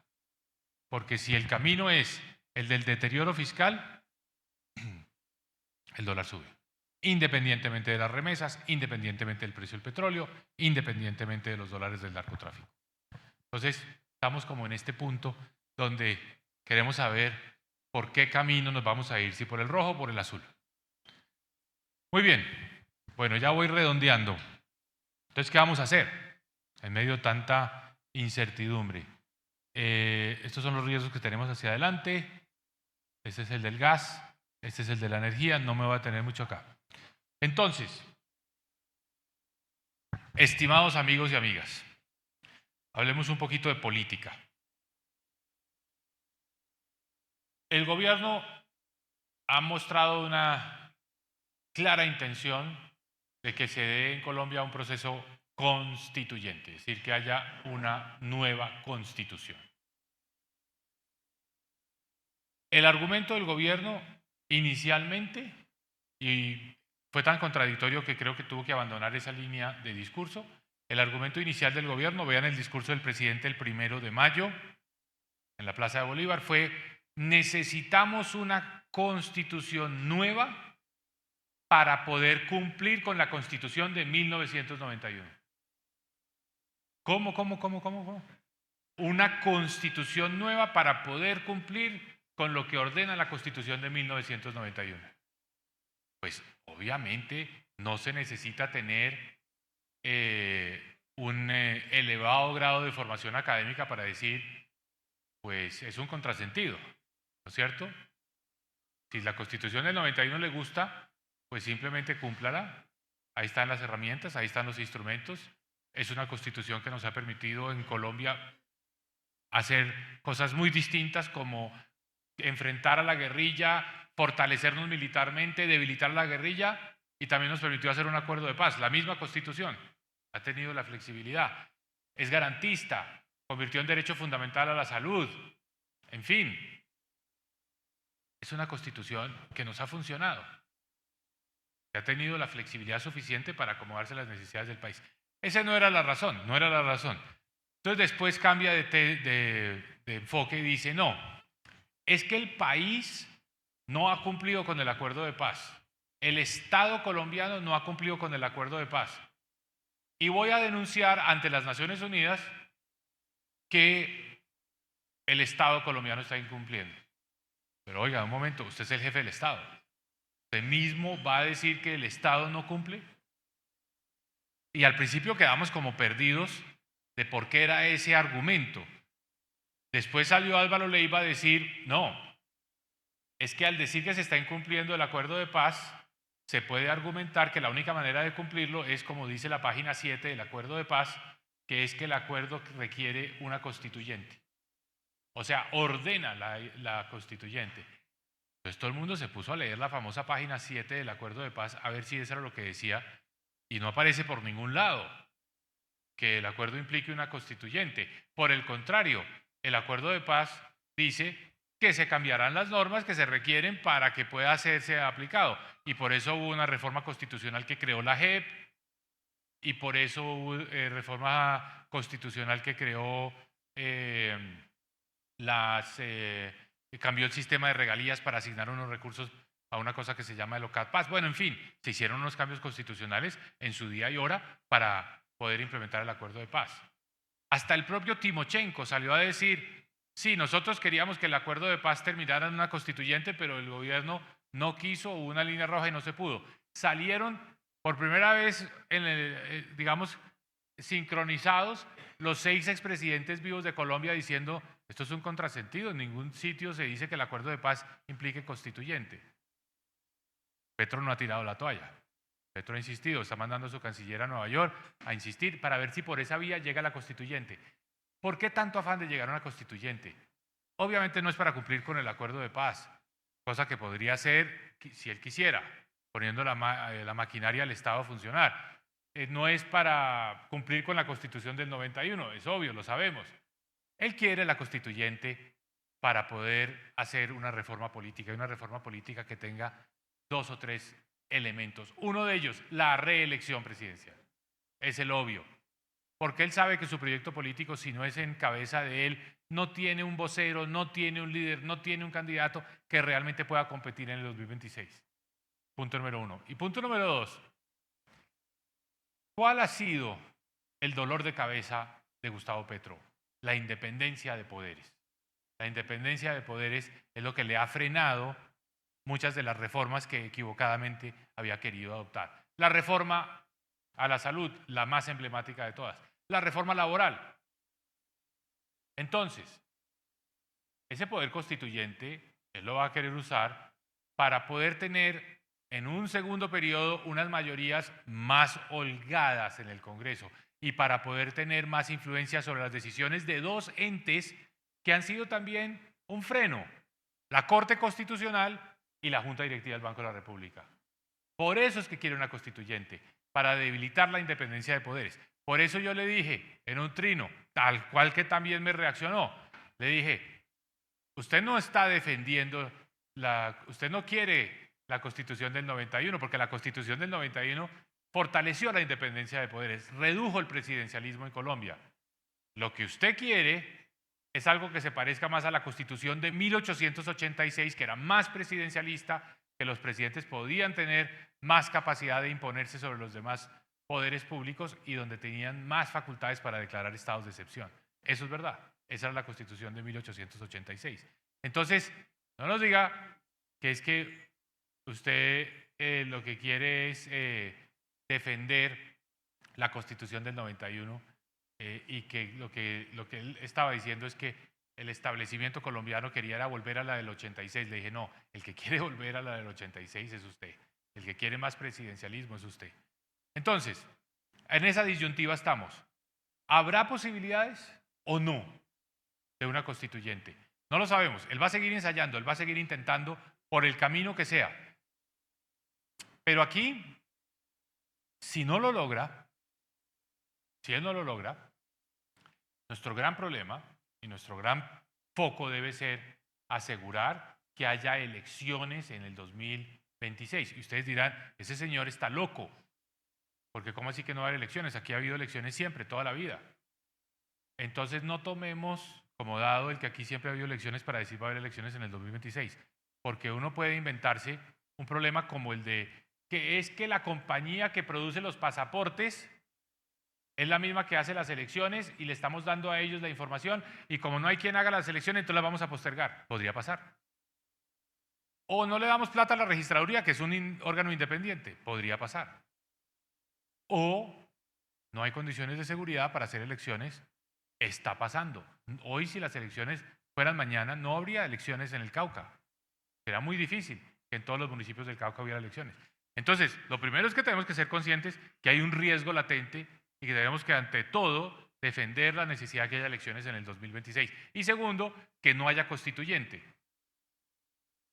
Y ustedes me dirán, bueno, listo, ya vámonos tranquilos a disfrutar el puente. No. No. ¿Por qué? Porque Gustavo Petro puede tener el 30% de favorabilidad, entonces uno dice, bueno, el 70 es más que el 30, pero ¿cuál es el verdadero problema? Ese 70 está atomizado, está dividido, está fraccionado, está lleno de aspiraciones, ambiciones, los expresidentes no hablan entre ellos, bueno, todos los problemas que sabemos. Entonces, ojo, no es tan sencillo. Y aquí viene mi propuesta. Mi propuesta es, miren, no nos enfoquemos tanto en el 2026, enfoquémonos en lo que está pasando ahora. Tenemos dos grandes problemas. Uno, una economía que se está descolgando. Y dos, esta división donde todo el mundo jala para su lado. Entonces yo creo que es el momento de llamar a crear un gran acuerdo nacional. En el año 57 se dio ese acuerdo nacional de arriba hacia abajo. Los expresidentes que habían peleado durante muchos años, que tenían una relación con muchas fricciones, Laureano Gómez y Alberto Lleras se juntaron y dijeron, bueno, vamos a ponernos de acuerdo de aquí para adelante, los siguientes 12 años, esta es la forma como se va a gobernar a Colombia. Bueno, nadie quiere volver a eso, nadie quiere volver a un frente nacional excluyente. Y tampoco va a pasar que esto venga de arriba para abajo, que dos señores se reúnen en las afueras de Barcelona y se ponen de acuerdo y definen el panorama político de Colombia. Eso no va a pasar. Eso tiene que surgir de la base para arriba. Y un componente es de los mismos empresarios. Entonces hacemos un acuerdo, empezando por medidas que podemos tomar ya para mejorar nuestra economía, sin esperar a que el gobierno convoque ese acuerdo, cosa que no va a ocurrir. ¿Qué podemos hacer ya? Los bancos pueden bajar la tasa de interés de los créditos hipotecarios, los constructores pueden dar unos descuentos, los generadores de energía pueden bajar un poco las tarifas. Debemos apoyar a los alcaldes que se eligieron con plataformas de oposición al gobierno, que el gobierno les va a cortar el chorro. Tenemos que apoyar a esos alcaldes para que puedan hacer más inversión pública localmente. ampliando sus facultades y su capacidad de endeudarse y que haya un aval social para que los alcaldes puedan tener un poco más de endeudamiento. Si el alcalde siente que lo respalda la sociedad civil, pues el alcalde lo va a hacer. En fin, es un acuerdo que involucra todos estos elementos y que nos permite mostrar pues que estamos unidos, porque además si no nos unimos nos vamos a hundir, que nos unimos, que logramos ese acuerdo y que alrededor de ese acuerdo sobre lo que hay que hacer ya, pues van surgiendo liderazgos que se pueden ir posicionando para las elecciones de 2026, pero eso es después. Por ahora es mostrar que hay unidad. Y les quiero decir, ¿cuál es el gran resultado de esto? No es que la economía vaya a tener un boom por cuenta de ese acuerdo. No va a pasar de crecer del 1,5% al 5%, eso no va a pasar. Pero cambia la narrativa. No le deja el control de la conversación nacional al presidente Petro, que está todos los días disparando una idea, los medios de comunicación amplificándola, sino que creamos otra narrativa desde la sociedad civil, desde el sector privado, desde la academia, con los alcaldes, diciendo, aquí estamos haciendo cosas. Y estas cosas nos van a ayudar a estar mejor. Y entonces el país ya no tiene ese monopolio Petro de que todo lo que él va diciendo es lo único de lo que se habla, porque si ustedes miran, y los invito a que saquen sus celulares, miren sus WhatsApp, miren las redes y las cadenas en las que ustedes están, ¿cuánta energía le dedican a reaccionar a la última declaración del presidente o del ministro de Salud o del funcionario de turno? Y uno decir, y todo el mundo opina, y todo el mundo escribe, y todo el mundo editorializa, y nosotros decimos, como me pasa a mí, cada vez que me monto en un avión, la gente, buenos días, doctor Cárdenas, ¿qué vamos a hacer? ¿Cómo vamos a manejar esto? ¿No? Porque estamos consumidos con eso. Entonces, qué bueno que al entrar uno al avión, ¿qué vamos a hacer? Vamos a unirnos, vamos a ayudarnos, vamos a colaborar, vamos a estar más resilientes, porque eso es lo que nos va a defender estos 2 años, evitar una caída en picada de la economía, caída en picada que alguna gente dice, oiga, qué bueno que hubiera una crisis, qué bueno que se hubiera dado un apagón, lo oí, porque entonces así el gobierno se hubiera desprestigiado más y el país se da cuenta de que iba mal. No, una crisis es servirle en bandeja a Gustavo Petro 2 cosas. Una, que argumente que esa crisis fue causada por los gobiernos anteriores. Echarle la culpa a alguien. Pero 2, una crisis es la mejor excusa para una emergencia económica y social. Y una emergencia no sabemos a dónde nos lleva, porque ahí el gobierno puede legislar por decreto y sacar una decisión de convocar a un referendo, un plebiscito, lo que quiera, para mover su idea de una constituyente. Entonces necesitamos blindarnos política y económicamente. Y la forma de hacerlo es uniéndonos. Por eso yo hablo tanto de unidos por Colombia. Si no nos unimos, nos hundimos. Y quiero terminar con esta última reflexión. En este momento parecería que todo el país, todo el país, toda Colombia es el gobierno. Todos tenemos el foco ahí, gobierno, gobierno. No, señores, somos más país que gobierno. Somos mucho más país que gobierno. Entonces, lo que tenemos es que sacar a flote ese país, mostrarlo, energizarnos, pensar positivamente, ayudarnos, colaborar, evitar esa debacle económica y que el gobierno quede en la posición que tiene que estar. Yo he estado en este foro, en este escenario, en estos salones, muchas veces con varios presidentes. Y la conversación de los presidentes siempre es rendir cuentas. ¿Cuál vía va a ser? ¿En qué va a invertir aquí en el departamento del Quindío? Y la sociedad civil le dice, no, presidente, esa no era la vía que se necesitaba, o necesitamos más plata para el SENA, necesitamos una sede nueva del SENA en tal municipio. En fin, esa es la conversación. Esa conversación no existe con Gustavo Petro, nadie le pide cuentas y nadie le está exigiendo. Entonces nosotros tenemos que cambiar esa dinámica creando esta otra conversación sobre el acuerdo nacional, sobre lo que vamos a hacer y llevando al presidente a la esquina donde tiene que estar, que es la esquina de los resultados. Y en esa esquina le va a ir mal, porque no hay resultados. Lo que ha habido es discurso y lo que ha habido es polarización, polémica, confrontación, pero resultados no hay. ¿Dónde están los kilómetros de carretera? ¿Dónde están los cupos universitarios que prometió? ¿Dónde están, digamos, las realizaciones de ese gobierno? No están. Pero él es hábil en desviarlo hacia este tema de la la controversia y de la polémica permanente. Entonces necesitamos volver el centro de gravedad de la conversación hacia mirar cuáles son los resultados. Conclusión, estas son algunas ideas, es lo que he estado promoviendo, son ideas de las que estoy empezando a conversar con los empresarios de Colombia, con los alcaldes, con la sociedad civil, con las entidades que hacen promoción, digamos, a nivel de las entidades no gubernamentales, la famosa red de PROS, como Pro Antioquia, Pro Bogotá, Pro Pacífico, en fin, hablando un poco de todos estos temas. Muchas gracias.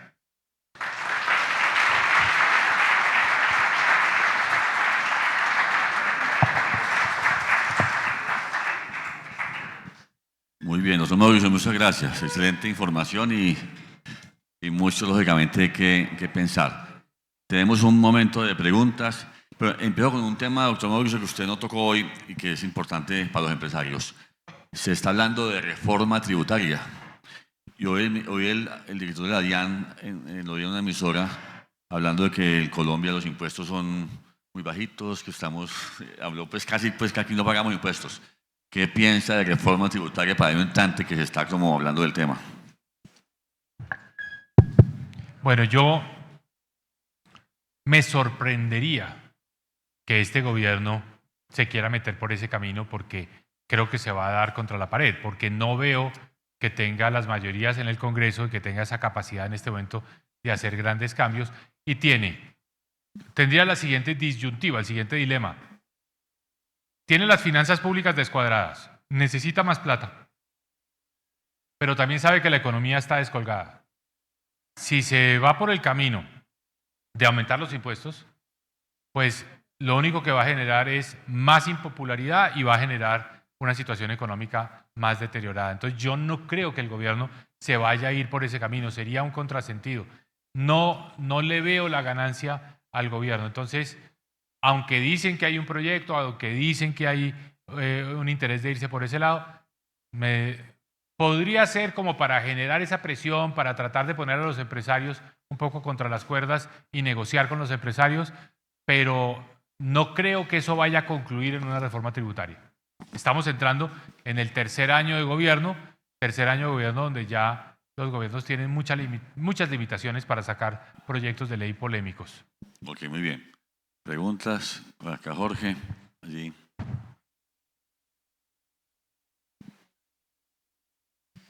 Buenos días, doctor Mauricio. Tres temas muy rápidos. Uno, vamos con un camino muy parecido al de Venezuela, donde cuando subió Chávez, pues hizo todas sus reformas, pero había una gran diferencia, que él tenía caja porque tenía PDVSA. Aquí no tenemos caja. Ese es un tema que habrá que reflexionar y mirarlo cómo se maneja, porque son situaciones totalmente distintas. Dos, en el tema de la construcción, creo que los constructores tienen que hacerse una reflexión interna, porque son dos temas que faltan para incluir en ese cóctel molotov que generó esta crisis. En el año 2022, las licencias BIS se dispararon de 100.000 a 180.000 por primera vez en la historia del país. Eso generó una sobreoferta que no se ha tenido en cuenta.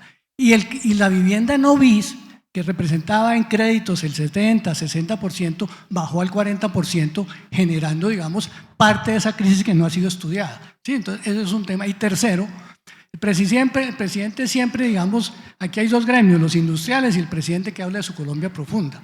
¿Sí? Entonces, cuando hablamos de los industriales, hablamos de la industria, de las carreteras, de la necesidad de tener bienes futuras para carreteras, y él dice, no, yo necesito mi Colombia profunda. ¿Cuál es su definición de esa Colombia profunda? Y que hay que ayudar para que los sectores ayuden a apoyar ese ejercicio. Bien, brevemente, estoy totalmente de acuerdo con lo de Venezuela. Hay un libreto, yo no puedo decir que aquí esté siendo adoptado al 100% y que es exactamente lo que va a pasar, pero que hay una probabilidad de que ocurra lo de Venezuela, la hay, porque hay asesores comunes, asesores de Cuba, en fin, hay asesores que están diciendo, mire, una vez en el poder, no lo suelte. Esa es la conclusión, no lo suelte. Trate de encontrar caminos para no soltarlo. Unos más democráticos, otros más autoritarios, pero son caminos para no soltar el poder.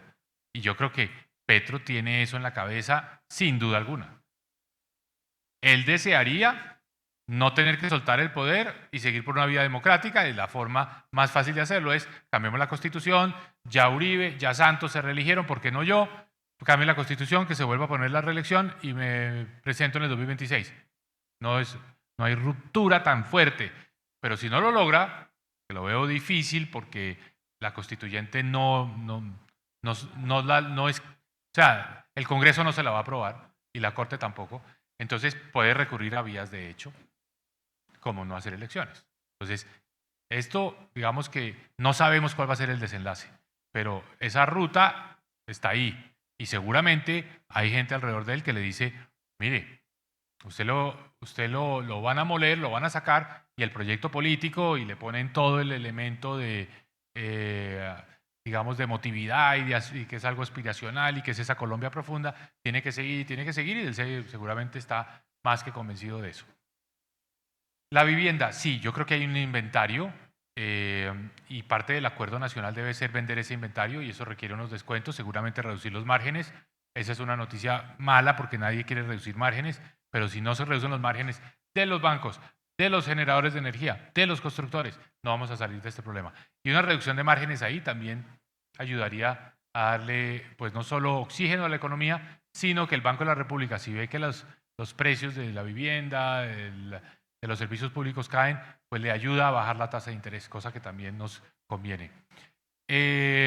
Colombia profunda, tu pregunta es como, ¿cuál es la definición? Mire, si hay constituyente, yo creo que una de las cosas que ocurre es la siguiente. Voy a ponerlo aquí crudamente. El departamento del Quindío no vota masivamente por el pacto histórico. El departamento de Nariño sí vota masivamente por el pacto histórico. ¿Qué hay que hacer en una constituyente? Decir, es que Nariño, porque está más atrasado, porque tiene unas zonas totalmente marginadas en el Pacífico, debe tener un empujón y debe tener más representatividad política y debe tener más curules relativo al Quindío. Y por lo tanto, eso cambia las mayorías, porque entonces hay más votos de regiones que son favorables al gobierno, menos votos de regiones que no le son favorables al gobierno. Ese tipo de cambios no sería la primera vez en la historia del mundo que ocurren. Eso hasta tiene un término ya en la literatura en ciencia política. Se utiliza ese poder para tratar de reacomodar los distritos electorales de una forma que le sea ventajosa, benéfica al gobernante de turno que los quiere promover. Eso podría ocurrir en Colombia. A ver. Bueno, es agradecerle al doctor Mauricio este día que le regala a la sociedad quindiana en temas de análisis y prospectiva. Muy rápidamente, doctor Mauricio, el lunes festivo, no sé si alguien vio en el canal de medios públicos a Holman Morris entrevistando al ex canciller Leiva.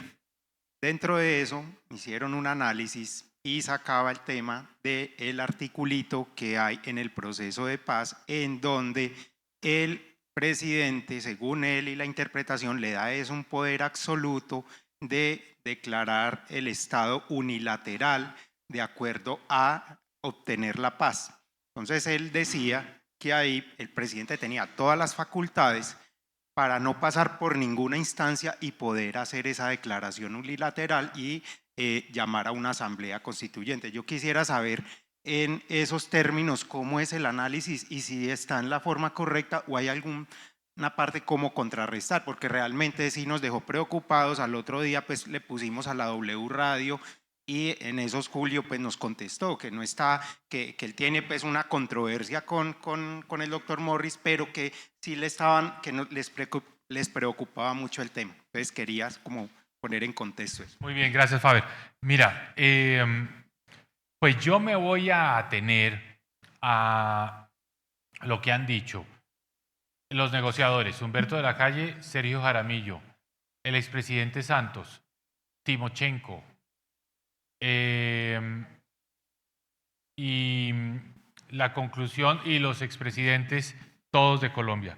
Entonces yo me volví a leer, yo me leí esa página 7 y dije, yo no veo por ninguna parte que aquí se diga que esto es una carta blanca para que entonces, para cumplir con el acuerdo, se debe convocar una constituyente. No lo veo, no lo dice, no es explícito. Esto es una teoría, porque somos un país de abogados, una teoría del ex canciller Leiva, del ex fiscal Montealegre, diciéndole al presidente, sí, por esa vía usted puede argumentar, váyase a las Naciones Unidas. Claro, ya se le adelantaron. Ya Santos le escribió una carta al secretario general de las Naciones Unidas y le dijo, esté atento porque va a venir esto del gobierno de Colombia, eso no tiene ni pies ni cabeza. Para cumplir el acuerdo de paz no se necesita una constituyente. Entonces, yo siento que el país ha como cerrado filas, ha reaccionado generando los anticuerpos para que no sea por esa vía. ¿Pero que eso significa que Gustavo Petro ya desistió de la idea? No, no, de ninguna manera. Él va a seguir insistiendo, porque él sabe que su proyecto político no tiene ninguna perdurabilidad si él no se queda en el poder. Entonces, esa es su gran obsesión. No es un presidente que esté bajo una lógica como la que pensamos siempre los presidentes. Estoy acá, tengo 4 años, tengo que ver qué es todo lo que puedo hacer, voy a tratar de poner esta máquina a funcionar al mayor ritmo. No, él no está con esa lógica, él está con una lógica de dividir la historia de Colombia en 2. Ok, por favor. Buenos días, doctor. Gracias. Yo quería que habláramos un poquito sobre el colapso del sector salud que está pasando ahorita y cómo los pequeños prestadores de salud podríamos blindarnos ante una incertidumbre donde estos grandes jugadores alzan la mano para pedir que los liquiden y donde está en riesgo la salud de millones de colombianos. Hay prestadores que no queremos devolvernos 30 años en el sector. Bueno, qué buena pregunta.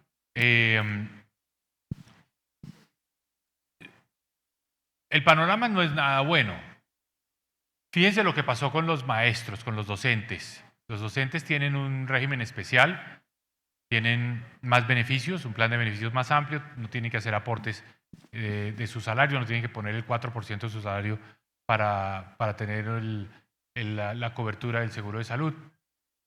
Y en ese caso el gobierno dijo, mire, ahí hay un intermediario, más o menos equivalente a las EPS, una organización, digamos una estructura similar. Esos operadores que manejan las regiones de Colombia, Colombia está dividido en 8 regiones desde el punto de vista de la salud de los docentes, no se necesitan, son unas entidades que están ganando plata de la salud, quitémoslas, esos operadores han sido muy corruptos, eso es cierto, saquemos a esos operadores. ¿Qué pasó? Llegaron los docentes a buscar la atención de salud y como no había contrato entre los operadores y las IPS, pues muchas IPS se negaron a prestar el servicio. O les trataron de imponer desde la fiduciaria a la previsora, de donde se maneja el fondo del magisterio, unas tarifas y las IPS dijeron, no, a esa tarifa no presto el servicio. ¿Qué hizo el gobierno? Dijo, este es el piloto de lo que va a pasar si no hay EPS, que son ese eslabón que junta a las prestadoras de servicio de los pacientes, de los usuarios. Ese es el piloto. El piloto fue un desastre. Y 2, le dijo a las IPS, le dijo a la fiduciaria, a la previsora, mire, no, acépteles a las IPS las tarifas que le están cobrando y no se preocupe que después los aprieta por el lado de la auditoría. Como quien dice, cuando llegue la auditoría no les paga. ¿No?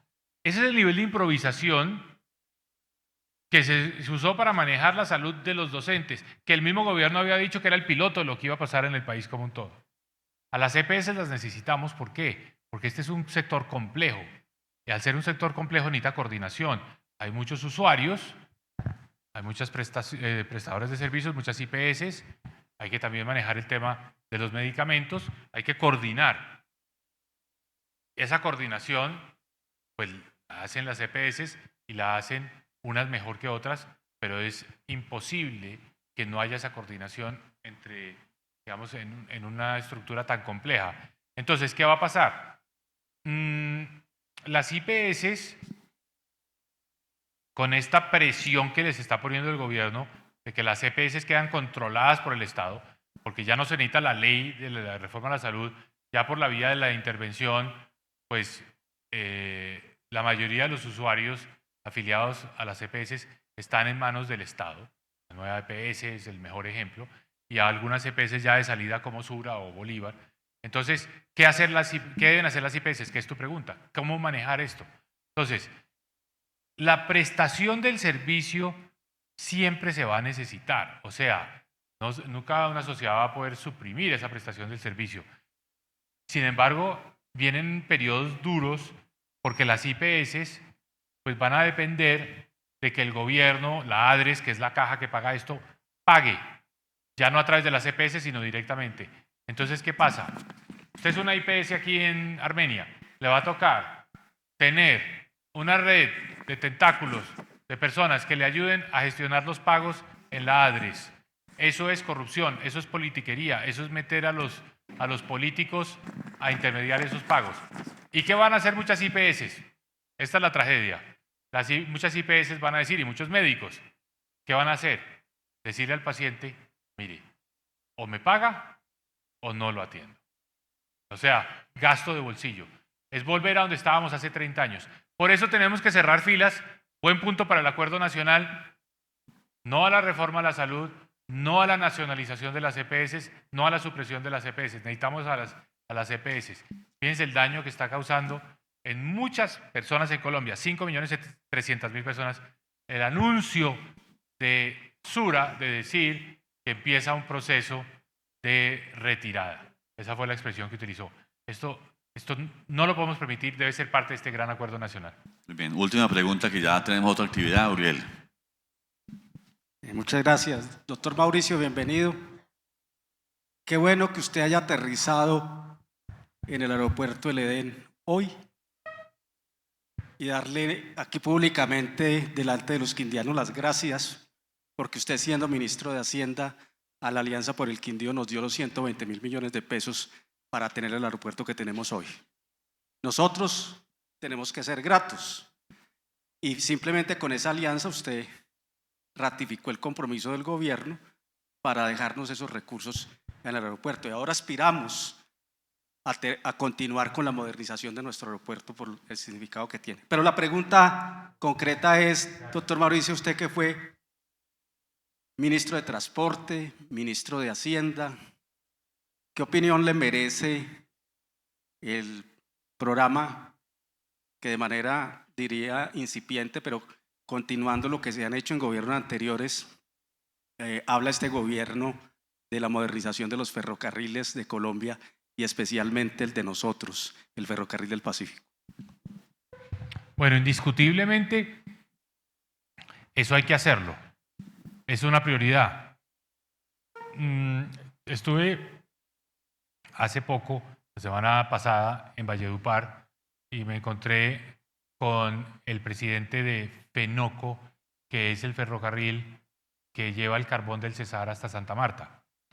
Y le pregunté que cómo iba y me dijo que ya estaban operando desde La Dorada y que no hay mucha carga, pero que llevan un tren semanal desde La Dorada hasta Santa Marta. Y eso fue posible gracias también a otra inversión para recuperar el corredor férreo que se lo habían robado. Lo mismo que ha pasado acá, lo mismo que pasa desde La Tebaida hasta Buenaventura prácticamente, pero sobre todo hasta Buga. Entonces se pudo hacer en el caso de La Dorada, desde La Dorada hasta las minas en el Cesar, que ya de las minas hacia Santa Marta sí estaban en buen estado el corredor férreo, la línea férrea. Entonces ya hay un tren. Entonces eso se puede hacer. Es una vieja aspiración. El corredor férreo está, es una inversión. Creo que es una inversión que en un principio la tiene que hacer el gobierno con recursos del presupuesto nacional. Y pues como tantas otras cosas donde el gobierno ha hecho anuncios y dice que va a recuperar la movilidad de transporte terrestre por vía férrea, pues ponerle presión al gobierno. Usted hizo ese anuncio y métale los recursos a un contrato que en un principio tendrá que ser un contrato de obra pública. No veo fácil estructurar una APP alrededor de esto en el estado en que está, pero sí la recuperación del corredor, siguiendo el ejemplo de lo que pasa, de lo que ya se hizo en La Dorada. Entonces, a mí me gusta mucho la idea y ojalá haya suficiente presión porque sí fue una promesa pues muy evidente, muy expresa del presidente Petro en campaña y creo que hasta el día de su elección lo repitió. O sea que hay que ponerle esa presión al gobierno. Ahora sí, para concluir, director de Confenalco, usted que me pidió la palabra y última pregunta. Doctor Mauricio, muy buenos días. Teniendo en cuenta la brevedad del tiempo, voy a ser muy puntual en la pregunta. Frente a la reforma pensional, que usted obviamente no tocó aquí el tema, pero obviamente maneja el mismo. Los recursos de los fondos, que había el temor de que se convirtieran en caja menor del gobierno, van a ser administrados por el Banco de la República. pero en el tercer debate, en Comisión Séptima de Cámara, se aprobó que ese comité administrativo fueran integrantes nombrados por el presidente. Ahora bien, decimos todos que el presidente no tiene mayorías en el Congreso, pero uno ve los liberales doblegados, ve doblegado también a la U, entre otros el Partido Conservador. En este cuarto debate de plenaria de Cámara, ¿usted creería que frente a esos integrantes van a cambiarse o va a mantenerse la posición de que sean nombrados por el presidente, en cuyo caso obviamente es gravísimo para los recursos del sistema pensional? Mira, muy buena pregunta. Le doy un poquito el contexto a todos los asistentes. Esta semana entra ya en su recta final la reforma pensional. ¿Qué le falta? La plenaria de la Cámara de Representantes. ¿Cuál es la manzana de la discordia? ¿Quién va a manejar la plata? O sea, ya hay un acuerdo de que los recursos del ahorro pensional van a empezar a migrar de las AFPs, de los fondos privados, a Colpensiones. Y ahí va a acumularse un fondo grande, muy grande, porque por muchos años va a ahorrar y después tiene que desahorrar para pagar las pensiones. Si ese ahorro no se asegura, el día de mañana cuando haya que pagar las pensiones no va a haber plata. Entonces, la gran pregunta es ¿quién va a cuidar ese ahorro? ¿Quién va a cuidarlo? Se había pensado, y esto había generado mucha tranquilidad, que fuera la Junta Directiva del Banco de la República. Pero el Banco de la República dijo no. No, porque a mí no me puede poner funciones el Congreso. La única instancia que le puede poner funciones es la Constitución. Entonces el Banco de la República dijo no. Entonces ahora estamos en manos de una junta de delegados del presidente. Y eso es lo que está generando una enorme preocupación. ¿Por qué? Porque la idea de que sea delegados del presidente, pues la gente también la asocia a que esa plata en vez de estar ahorrada se gaste. ¿No? Entonces, esta semana va a ser determinante. Hay una propuesta y es que, esto no se ha decidido, va a la plenaria, que el Banco de la República maneje el stock, los recursos que ya están guardados ahí, o que los fondos privados manejen ese stock y que lo que genera el acervo, el activo, y que lo que va a generar ese nuevo fondo, o que lo que va a manejar ese nuevo fondo es el flujo solamente, lo que ingresa anualmente. Eso está en discusión. De esa decisión depende si la reforma es buena o mala, porque la reforma en general puede ser buena si esa plata se ahorra.